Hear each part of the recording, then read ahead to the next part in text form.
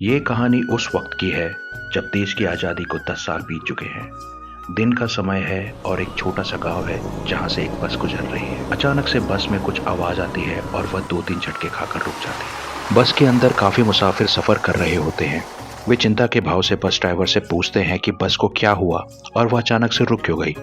बस चालक बस का मुआयना करता है और मुसाफिरों को बताता है कि बस के इंजन में कुछ खराबी आ गई है और इसमें कुछ घंटों का समय लगेगा।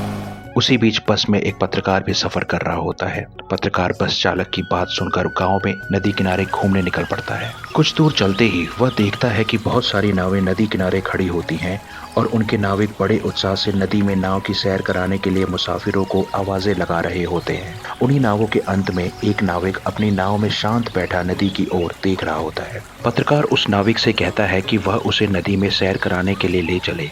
नाविक बिना किसी दिलचस्पी के नाव का चप्पू उठाता है और पत्रकार को बैठने को कहता है।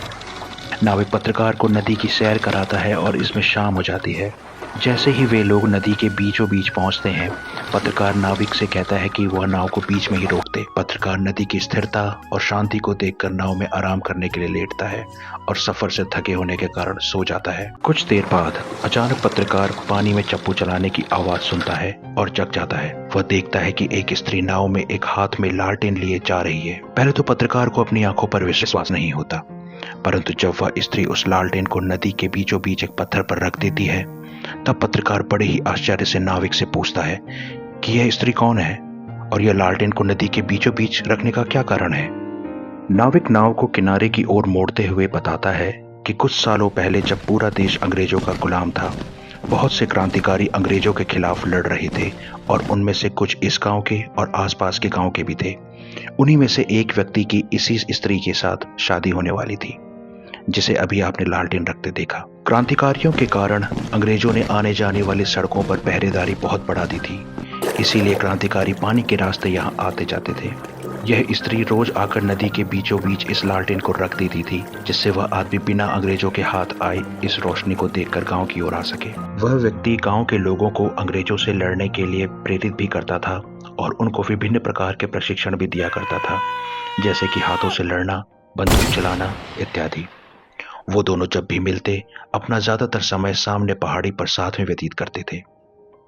पत्रकार नाविक को बीच में रोकते और हंसते हुए कहता है कि अब तो देश को आजादी भी मिल गई है और क्रांतिकारी और इस महिला की शादी भी हो गई होगी, तो उसको लालटेन की रोशनी में आने की अब क्या आवश्यकता है।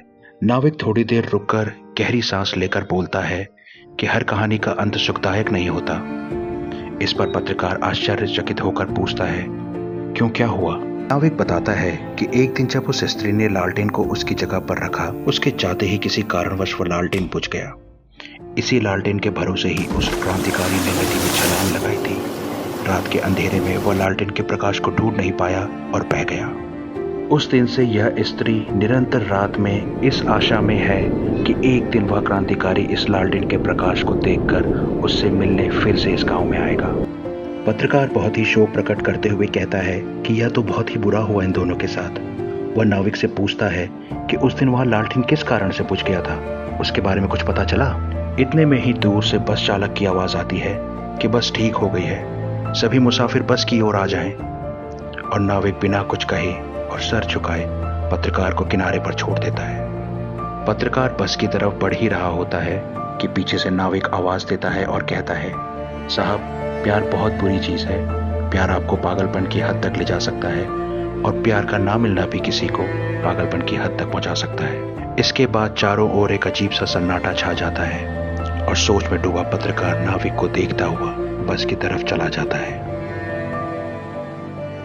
जब भी वो दोनों मिलते, नाविक उन्हें छुप छुप कर देखा करता था और एक दिन मौका मिलते ही उसने लालटेन को बुझा दिया।